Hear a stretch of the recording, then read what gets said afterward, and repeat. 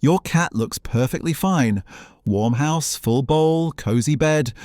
But right now, this winter, there's a strong chance she's quietly suffering from something you don't even realize you're doing wrong. Most owners make the same mistakes every single year, and their cats never show a single obvious sign until the damage is already done.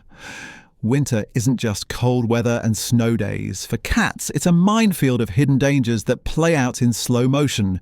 And the worst part is how good they are at hiding it. By the time you notice something's wrong, you're often weeks past when the problem started. Let's talk about what's really happening in your home right now. You crank up the heat, obviously. It's freezing outside, so you make it warm inside. Seems logical. But here's what nobody tells you about that cozy heated air. It's silently dehydrating your cat every single day.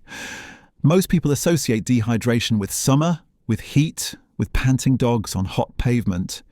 Winter feels like the opposite of a dehydration risk. That's exactly why this problem flies under the radar in millions of homes. Your furnace, your space heater, that fireplace you love, they're all pulling moisture out of the air your cat breathes.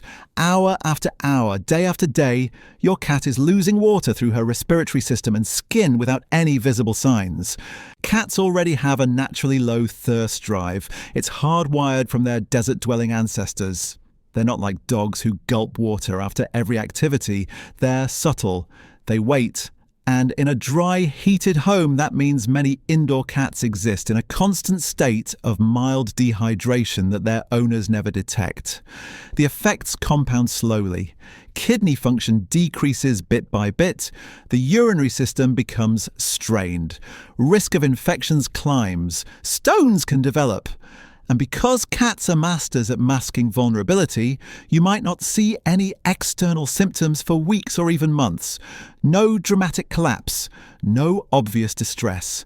Just a cat quietly declining while you assume everything's fine because she's eating and using the litter box.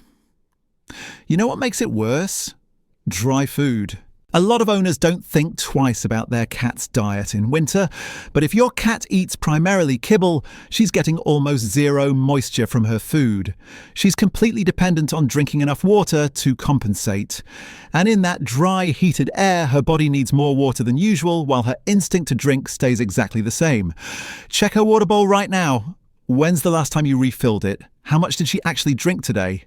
Can you say for certain? Now add another layer. That heated air doesn't just cause dehydration, it's doing something else to your cat that you probably see every day but don't connect to winter at all.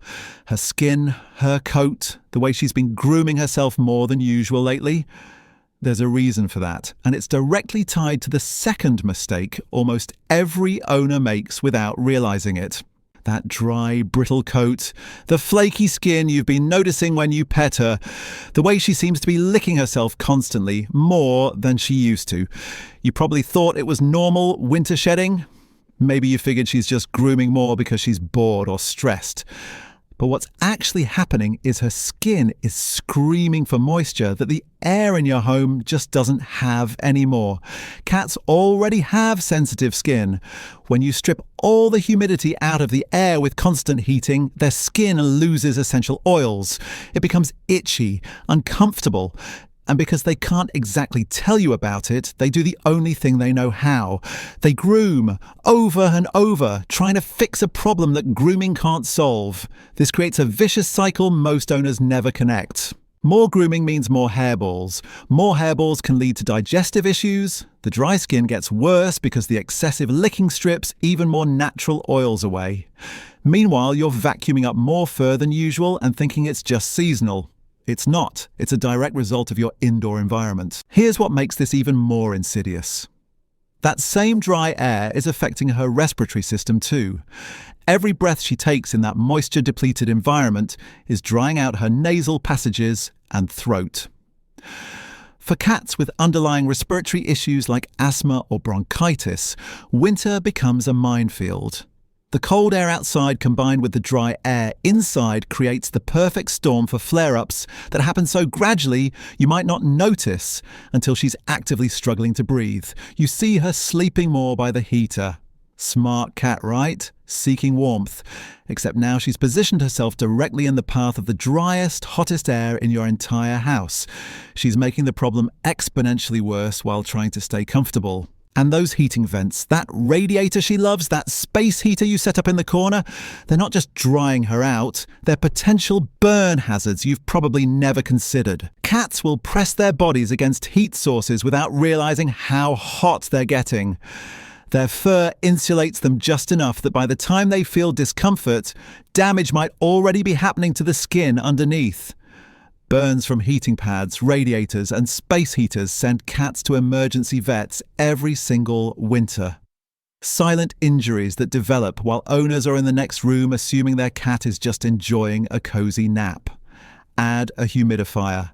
One simple change that addresses multiple problems at once. It puts moisture back into the air your cat breathes. It helps her skin retain natural oils. It reduces static electricity that makes petting uncomfortable for both of you. And it creates an environment where her respiratory system doesn't have to work overtime just to function normally. Monitor where she's sleeping.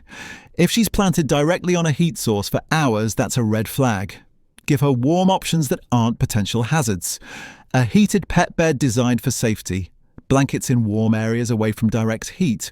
Places where she can be comfortable without risking injury. Your cat's been trying to adapt to an environment that's working against her. Every single day this winter, she's been managing discomfort you didn't know you were causing. Now you know. The difference between a cat who's silently suffering and one who's thriving this winter comes down to awareness. She can't tell you when the air is too dry or when her skin hurts or when she's been mildly dehydrated for weeks. She's counting on you to see what she can't say. So look closer. Adjust the environment. Give her the winter she deserves, not the one she's been enduring.